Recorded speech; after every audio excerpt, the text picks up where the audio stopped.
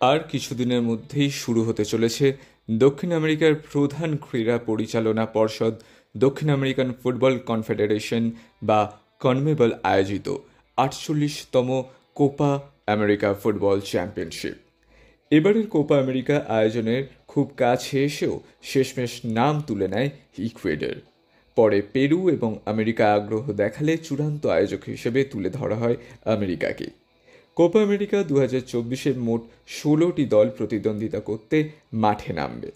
কনমেবলের 10টি জাতীয় দল সরাসরি এই টুর্নামেন্টে প্রবেশ করেছে এবং 6টি কনকাকাফ দল যোগ্যতা অর্জন করেছে 2023-24 কনকাকাফ নেশনস লিগ খেলে। এদের মধ্যে 4টি দল হল লিগ এ কোয়ার্টার ফাইনাল বিজয়ী এবং 4টি পরাজিত কোয়ার্টার ফাইনালিস্ট দলের মধ্যে 2টি প্লে ইন রাউন্ডের বিজয়ী দল। 2024 কোপা আমেরিকার 16টি দল হল Argentina, Brazil, Chile, Bolivia, Colombia, Ecuador, Uruguay, Venezuela, Peru, Paraguay, America, Panama, Mexico, Jamaica, Canada, Costa Rica. এই 16টি দলকে মোট 4টি গ্রুপে ভাগ করা হয়েছে। গ্রুপ এতে আছে Argentina, Peru, Chile, Canada. Group বিতে আছে Mexico, Ecuador, Venezuela, Jamaica. Group সিতে আমেরিকা, উরুগুয়ে, পানামা, বলিভিয়া। শেষ গ্রুপ অর্থাৎ ডিতে আছে ব্রাজিল, কলম্বিয়া, প্যারাগুয়ে এবং কোস্টারিকা। নিয়মানুযায়ী প্রতিটি গ্রুপের প্রতিটি দল নিজের গ্রুপের বাকি দলগুলির সঙ্গে একটি করে ম্যাচ খেলবে। তারপর প্রতিটি গ্রুপের সর্বোচ্চ পয়েন্ট সংগ্রাহক প্রথম দুটি দল সরাসরি প্রবেশ করবে নকআউট স্টেজ অর্থাৎ কোয়ার্টার ফাইনালে এবং গ্রুপের শেষ দুটি দল টুর্নামেন্ট থেকে ছিটকে যাবে। গ্রুপ এর বিজয়ী দল কোয়ার্টার ফাইনাল খেলবে গ্রুপ বির রানার আপের সঙ্গে এবং গ্রুপ বির বিজয়ী দল খেলবে গ্রুপ এর রানার আপের সঙ্গে। তেমনভাবেই গ্রুপ সির বিজয়ী দল গ্রুপ ডির রানার আপের সঙ্গে কোয়ার্টার ফাইনাল খেলবে এবং গ্রুপ ডির বিজয়ী দল গ্রুপ সি এর রানার আপের সঙ্গে প্রতিদ্বন্দ্বিতা করবে। গ্রুপ এ এবং গ্রুপ বি এর দুটি কোয়ার্টার ফাইনালের বিজয়ী দুই দল খেলবে প্রথম সেমিফাইনাল। অপর সেমিফাইনালটি খেলা হবে গ্রুপ সি এবং গ্রুপ ডির দুটি কোয়ার্টার ফাইনালের বিজয়ী দুটি দলের মধ্যে। দুটি সেমিফাইনালে দুই পরাজিত দল তৃতীয় স্থানের জন্য খেলবে এবং দুটি সেমিফাইনালের দুই বিজয়ী দল 14 জুলাই মায়ামিতে খেলবে ফাইনাল ম্যাচ। ফাইনাল ম্যাচে এক্সট্রা টাইম এবং পেনাল্টি থাকলেও নকআউটের অন্য ম্যাচগুলিতে এক্সট্রা টাইম থাকবে না, শুধুই পেনাল্টি। একটা টুর্নামেন্ট শুরু হয় এবং শেষ হয়, আমরা পেয়ে যাই চ্যাম্পিয়ন দলটিকেও। প্রত্যেক বছর কোনো এক দল চ্যাম্পিয়ন হয় এবং সেই রেসটা কিন্তু থেকে যায় বেশ কয়েক মাস। এই যেমন আমাদের দেশে বিদেশি ফুটবল টুর্নামেন্টগুলিতে অংশগ্রহণকারী দেশগুলির মধ্যে বিভিন্ন দেশীয় দলগুলিকে সমর্থন করা হয়। কেউ জার্মানি, কেউ স্পেন, কেউ পর্তুগাল। আবার যখন টুর্নামেন্টের নাম কোপা আমেরিকা হয় তখন অবিসংবাদিত দুটি গোষ্ঠী থাকে, এক ব্রাজিল, অপরটি আর্জেন্টিনা। কিন্তু এই টুর্নামেন্টের ইতিহাস থেকে যায় আড়ালেই।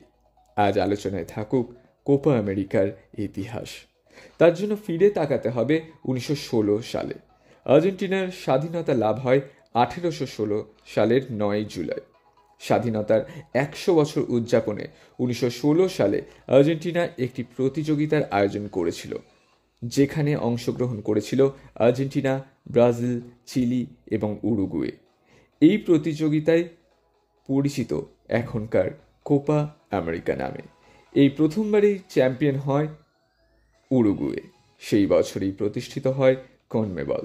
পরের বছর অর্থাৎ 1917 সালে আবার বিজয়ী হয় উরুগুয়ে, কিন্তু 1918-তে রিও ডি জেনেইরোতে স্প্যানিশ ফ্লুর বাড়বাড়ন্তে কোপা আমেরিকা অনুষ্ঠিতই হয়নি। 1919-এ প্রথমবারের জন্য কোপা আমেরিকার শিরোপা ওঠে ব্রাজিলের মাথায়। আমি যদিও বা বারবার কোপা আমেরিকা বলছি ঠিকই, সেটা শুধুমাত্র আমার শ্রোতা বন্ধুদের সুবিধার্থে। 1975 সালের আগে পর্যন্ত কোপা আমেরিকার নাম ছিল সাউথ আমেরিকান ফুটবল চ্যাম্পিয়নশিপ। এই সাউথ আমেরিকান ফুটবল চ্যাম্পিয়নশিপে কোনো কোনো বছর এক বা একাধিক নতুন দল যুক্ত হয়ে টুর্নামেন্টের ঔজ্জ্বল্য বাড়িয়েছে।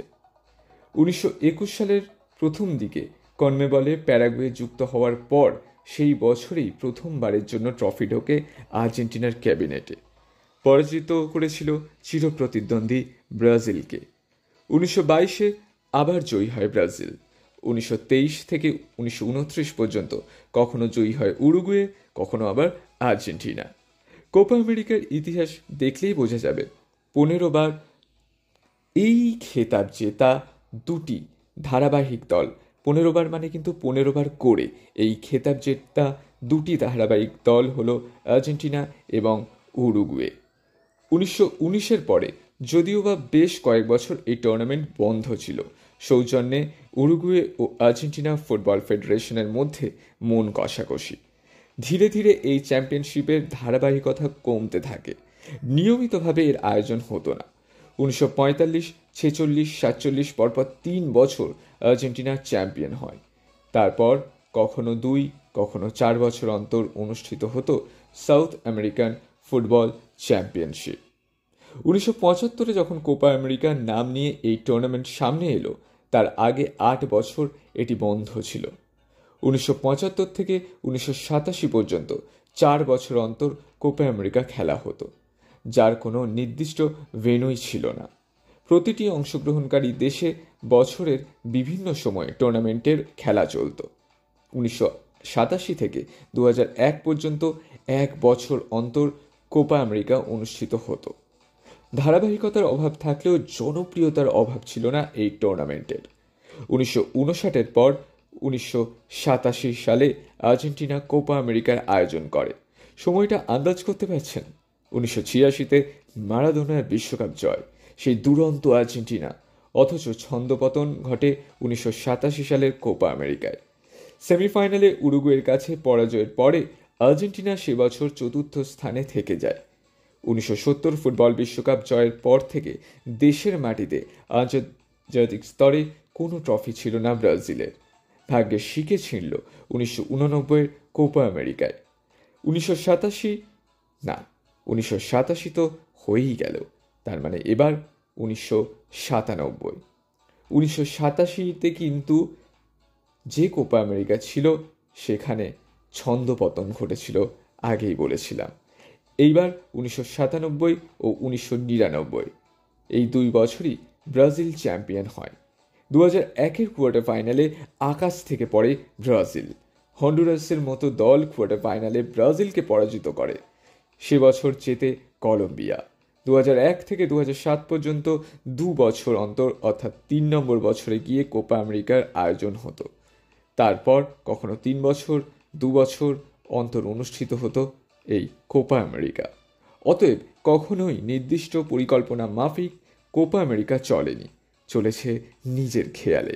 অথচ এর খ্যাতি ইউরো কাপের থেকে কিছুমাত্র কম নয়, কারণ বিশ্ববাসী যে গলা ফাটাবেন নিজেদের প্রিয় দলের জন্য, আর সেখানে যদি আর্জেন্টিনা ও ব্রাজিল থাকে তাহলে তো কথাই নেই। যদিও বা 2024-এর কোপা আমেরিকা এই দুয়ের লড়াই দেখতে হলে অপেক্ষা করতে হবে অন্ততপক্ষে সেমিফাইনাল পর্যন্ত। তাও কি সমর্থকদের ভাগ্যে শিখে ছিড়বে? দেখা যাক 2024 কোপা আমেরিকা শুরু হওয়ার পর।